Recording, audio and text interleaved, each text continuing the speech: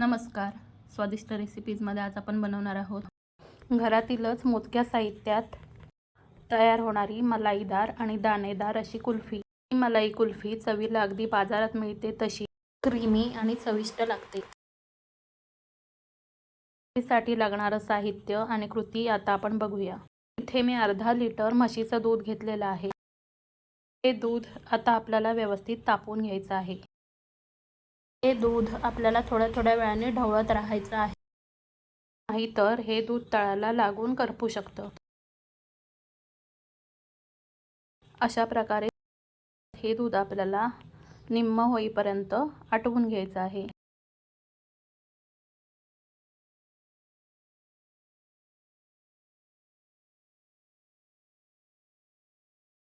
आता दूध इथे तापतंय, तोपर्यंत आपण कुल्फीसाठी लागणारं इतर साहित्य बघूया.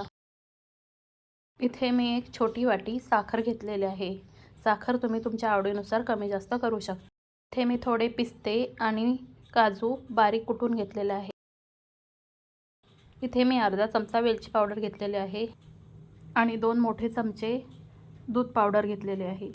इथे मी 7 ते 8 केशराच्या काड्या घेतलेल्या आहेत आणि 1 चिमूटभर खाण्याचा पिवळा रंग घेतलेला आहे. आता आपल्याला दुधामध्ये केशर घालून घ्यायचं आहे. केशर घातल्यानंतर हे दूध आपल्याला व्यवस्थित ढवळून घ्यायचं आहे. आता आपल्याला पुन्हा हे दूध तापायला ठेवून द्यायचं आहे. आता या दूध पावडरमध्ये थोडंसं पाणी घालायचं आहे आणि याची पातळ पेस्ट बनवून घ्यायची आहे. यातल्या गुठळ्या व्यवस्थित मोडून घ्यायच्या आहेत. आता आपली दूध पावडरची पेस्ट तयार आहे. आता बघा, हे दूध आपण जितकं तापायला ठेवलं होतं त्याच्या निम्म झालेलं आहे. आता या दुधामध्ये आपल्याला जी दूध पावडरची पेस्ट बनवली होती ती घालायची आहे. या दूध पावडरमुळे आपल्या कुल्फीला क्रीमी टेक्स्चर येतं. दूध पावडरऐवजी इथे तुम्ही 2 चमचे कॉर्नफ्लॉवर घेतलं तरीही चालेल. दूध पावडरची पेस्ट घातल्यानंतर आपल्याला हे दूध व्यवस्थित ढवळून घ्यायचं आहे. आता अजून थोडा वेळ आपल्याला हे दूध उकळून घ्यायचं आहे. आता याच्यामध्ये आपल्याला जे बारीक कुटून घेतलेले ड्रायफ्रूट्स आहेत ते घालायचे आहेत.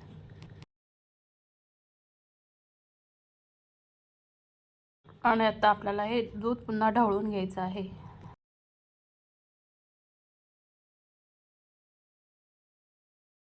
आता पुन्हा थोडा वेळ हे दूध आपल्याला उकळू द्यायचं आहे. मध्ये मध्ये हे दूध आपल्याला ढवळत राहायचं आहे. आता या दुधामध्ये आपल्याला साखर घालायची आहे.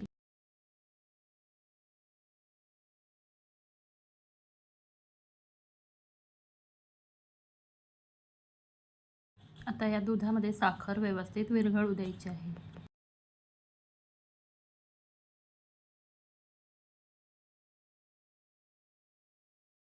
आता याच्यामधली साखर व्यवस्थित विरघळलेली आहे.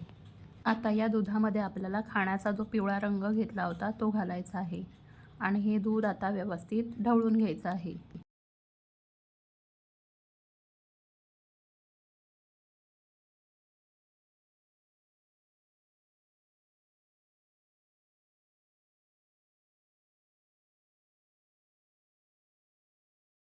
आता सगळ्यात शेवटी आपल्याला या दुधामध्ये वेलची पावडर घालायची आहे आणि दूध व्यवस्थित ढवळून घ्यायचं आहे. त्याला एक उकळी येऊ द्यायची आहे आणि आपल्याला गॅस बंद करायचा आहे. आता हे दूध थंड होईपर्यंत आपल्याला बाजूला ठेवून द्यायचं आहे. आता हे दूध व्यवस्थित थंड झालेलं आहे. आता पुन्हा एकदा हे आपल्याला व्यवस्थित ढवळून घ्यायचं आहे. आता इथे मी कुल्फीचा साचा घेतलेला आहे आणि याच्यामध्ये आपल्याला हे कुल्फीचं मिश्रण भरून घ्यायचं आहे.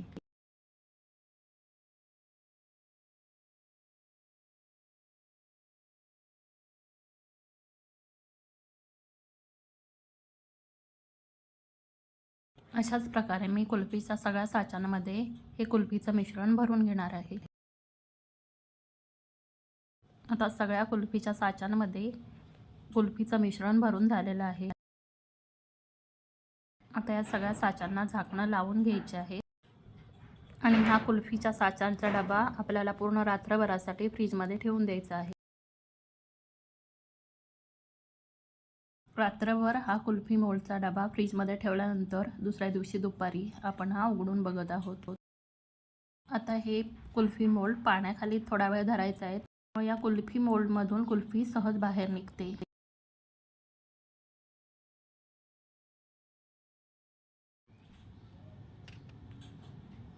हे बघा, कुल्फी किती सहज या मोल्डमधून बाहेर निघाली आहे.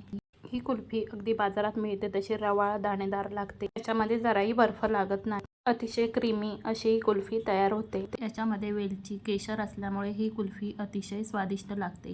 या उन्हाळ्यात ही कुल्फी तुम्ही एकदा तरी नक्की करून बघा. आणि रेसिपी आवडली तर लाईक करायला विसरू नका.